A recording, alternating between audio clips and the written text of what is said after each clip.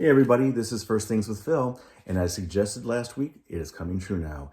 The strike is official, so I'm now making a follow-up video for you. All right, this is going to be both on Facebook and maybe YouTube, and definitely sent out to select private friends that I have in the business. Anyway, starting May 2nd, the writers are officially going on strike because they could not get the other side of the bargaining table, the producers and the studios, to agree to a new supportive and fair deal regarding their new contract. This hasn't happened in over 17 years, apparently. Anyway, what else is coming up in terms of our timelines? Well, the producers are definitely going to be coming up with their negotiating in a couple weeks. And they've already said, yeah, this is going to last a few weeks because, well, things are what they are right now, given the end of the pandemic. Also, to be keeping your eye out for is the Actors Guilds. Their contract expires June 30th. So if they can't negotiate fair and equal and supportive agreement, then the actors will be going on strike at the end of next month.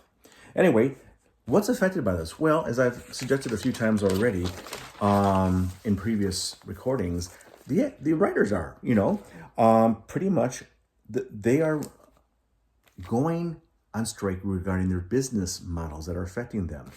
Back just before the pandemic happened, they had a whole new contract to work with that they just hammered out, and so did the actors. But that was based on the business models in 2020.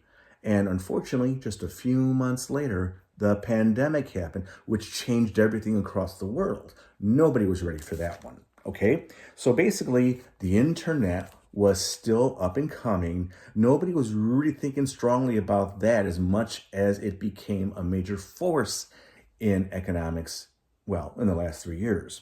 Also, Blu-rays were very popular back then, but that has changed a lot too.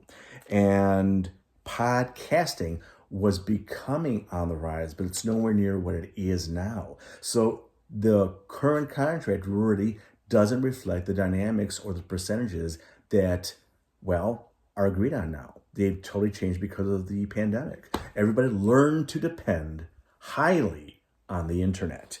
And that's why currently, because the pandemic is dying down, the business model again is changing. And nobody quite knows how to work with that idea as to what's going to change, where the needs are going to be, and where the profitability is going to be. Anyway, let's continue on.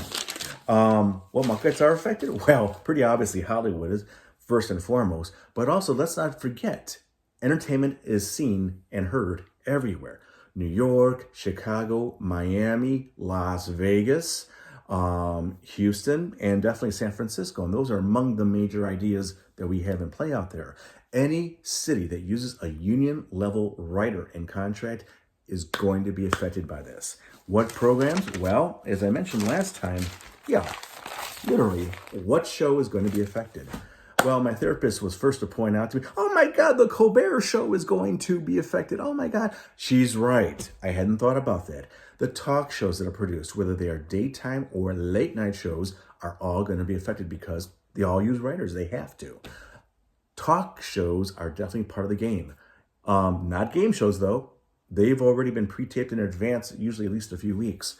What else do we have? Well, we also have news programs. Yeah, those naughty things that you tend to watch at 4, 5, 6 o'clock and 10, maybe even late night news. Those will definitely be affected because as much as they may not look like they're written by contract level writers, they are.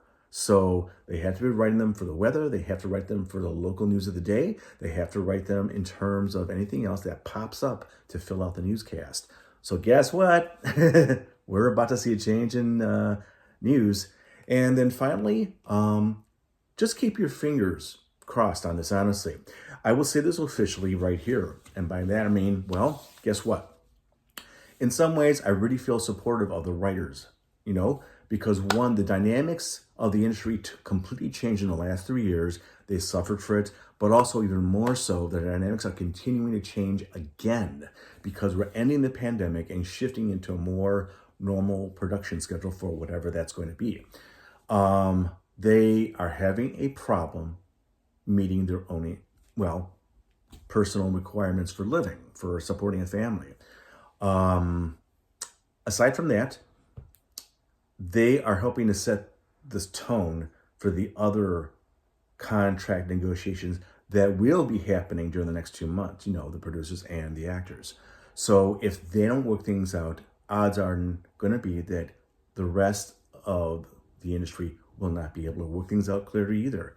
And we all need fair and supportive contracts.